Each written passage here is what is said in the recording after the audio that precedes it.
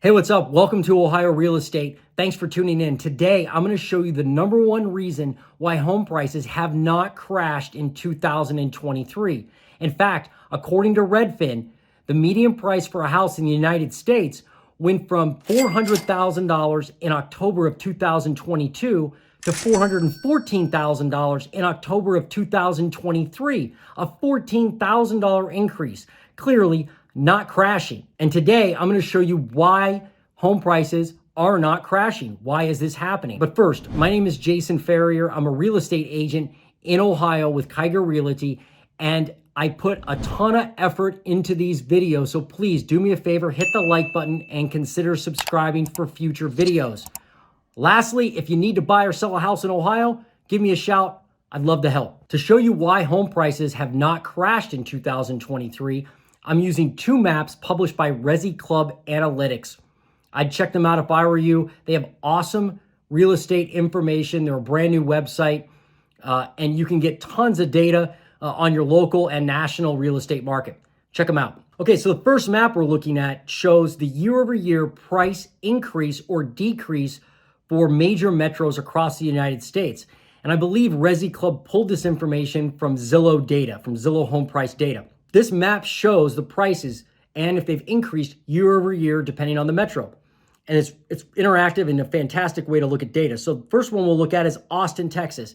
It's down 10% with prices. So they're looking at September of 2022 through September of 2023. Prices in Austin, median price went down 10%. We got New Orleans down 8.8%. San Diego, California, that's up 5%. And you can see on the map, areas where prices increased are in blue, areas where prices decreased are in orange, dark red is even more of a decrease, dark blue is even more of an increase. So yeah, San Diego up 5%. Chicago, Illinois, 5%, up 5% year over year. Nashville, Tennessee, down 1.7%. Madison, Wisconsin, up 7%. Real quick, we should probably define what a housing crash actually is. What defines a housing crash? How much prices have to decrease in order to call it an actual crash? Well, there really are no rules, standard definitions for a real estate crash. Everybody kind of has their own definition. For me, I use 20%.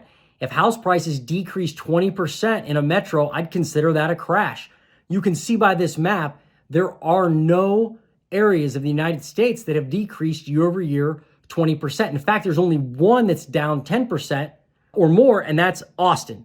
So overall, home prices are not decreasing the way most people want them to or thought they would because of high interest rates. There's a lot of blue on the map, there's no doubt. I mean, if you look through the East Coast and the Midwest, it's all blue. There are actually some blue spots out west too. I mean, Los Angeles, Bakersfield, we just talked about San Diego. So anyway, this shows you where prices have increased or decreased. So the fact is, supply and demand, that's what drives pricing.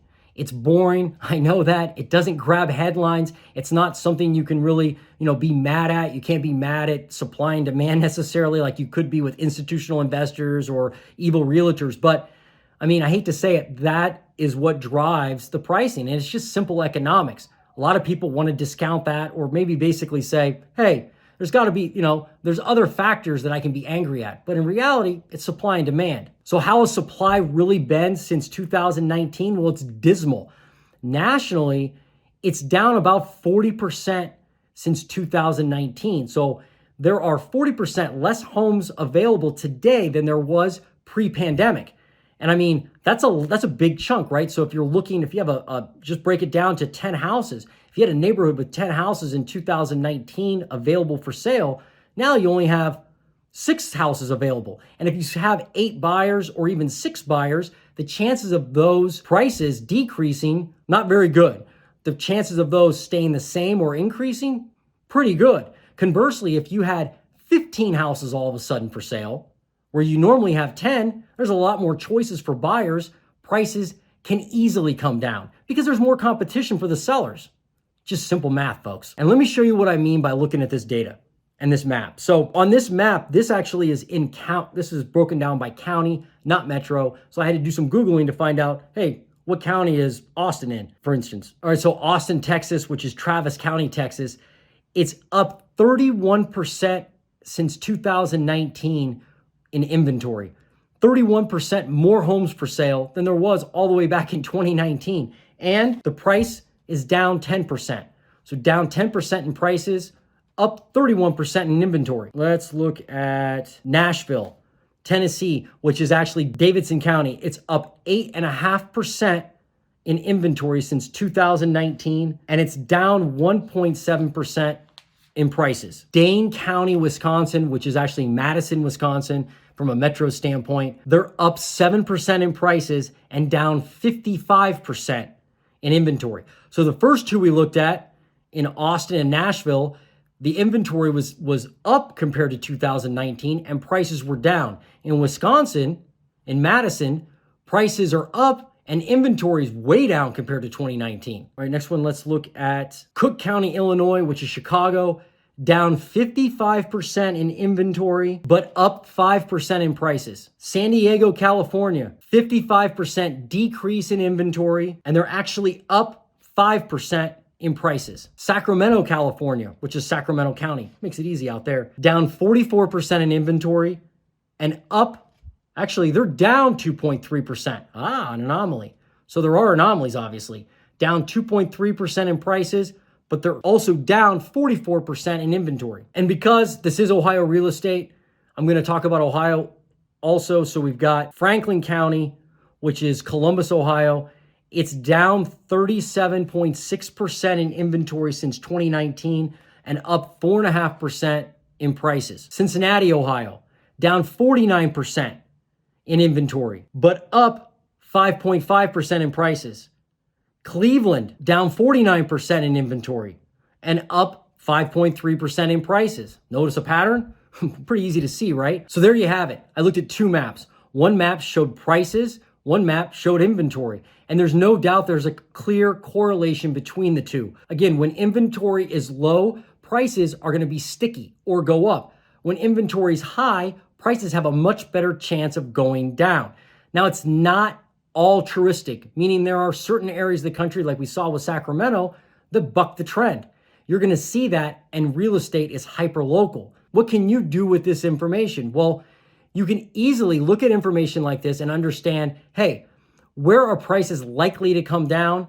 Where are they likely to go up? I mean, if inventory continues to build in your housing market, your local housing market, and it's building month over month and year over year, you can probably assume that prices have a good chance of declining.